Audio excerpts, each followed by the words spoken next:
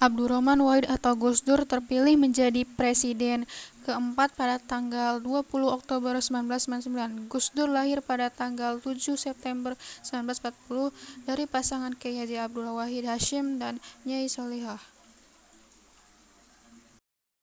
Pada tahun 1985, Presiden Soeharto menjadikan Gus Dur sebagai indoktrinator Pancasila. Pada tahun 1987, Gus Dur menunjukkan dukungan lebih lanjut terhadap rezim Orde Baru dengan mengkritik Partai P3 dalam pemilu legislatif 1987. Hal inilah yang membuat Partai Golkar semakin kuat dalam parlemen. Bahkan, Gus Dur kemudian menjadi anggota MPR mewakili Partai Golkar. Meskipun Gus Dur disukai oleh Presiden Soeharto, lambat laun sikap kritis Gus Dur terhadap rezim Orde Baru pun mulai nampak. Kala itu Gus Dur mengkritik proyek pemerintah Orde Baru tentang Waduk Kedung Ombo yang didanai oleh negara asing. Berikut ini perkembangan di bidang politik. Yang pertama, membubarkan Departemen Penerangan. Pada masa Orde Baru, Departemen Penerangan dimanfaatkan oleh Presiden Soeharto sebagai alat untuk mengekang kebebasan pers. Oleh sebab itu, Gus Dur menghendaki pembubaran Departemen Penerangan agar kebebasan pers bisa terjamin.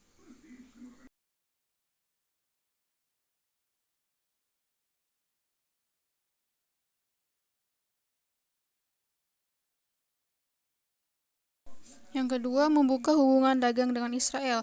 Aksi ini banyak menuai protes dari masyarakat. Gagasannya tersebut mendapat tantangan keras mengingat Israel adalah negara yang menjajah dan telah banyak melakukan tindakan pelanggaran hak asasi manusia atau HAM terhadap warga Palestina yang mayoritas beragama Islam. Ketiga, mengganti nama Irian Jaya menjadi Papua. Alasannya karena nama Irian Jaya dirasa kurang cocok. Alasan selanjutnya dikaitkan dengan tradisi orang Jawa, di mana penggantian nama akan membuat anak yang sakit-sakitan akan sembuh jika namanya diganti. Selanjutnya, perkembangan di bidang ekonomi. Yang pertama, membuat kondisi ekonomi Indonesia lebih stabil.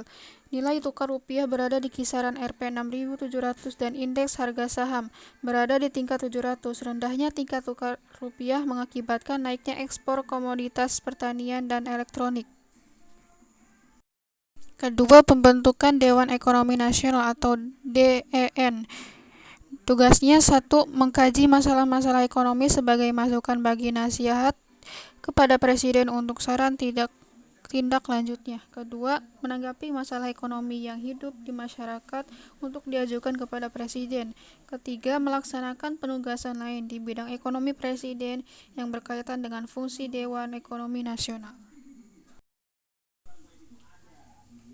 Rancangan Ketetapan MPR tentang Pertanggungjawaban Presiden Abdurrahman Wahid dan Rancangan Ketetapan MPR tentang penetapan Wakil Presiden Megawati Soekarnoputri sebagai Presiden RI. Seluruh anggota MPR yang hadir menerima dua ketetapan tersebut. Presiden dianggap telah melanggar haluan negara karena tidak hadir dan menolak untuk memberikan pertanggungjawaban dalam sidang istimewa MPR, termasuk penerbitan maklumat Presiden RI. Dengan demikian, MPR memberhentikan Abdurrahman Wahid sebagai Presiden dan mengangkat Wakil Presiden Megawati Soekarnoputri sebagai Presiden kelima. Gus Dur beberapa kali mengalami serangan stroke, diabetes, dan gangguan ginjal juga dideritanya. Ia meninggal dunia pada hari Rabu 30 Desember 2009 di Rumah Sakit Cipto Mangunkusumo, Jakarta pada pukul 18.45 akibat berbagai komplikasi penyakit tersebut yang dideritanya sejak lama.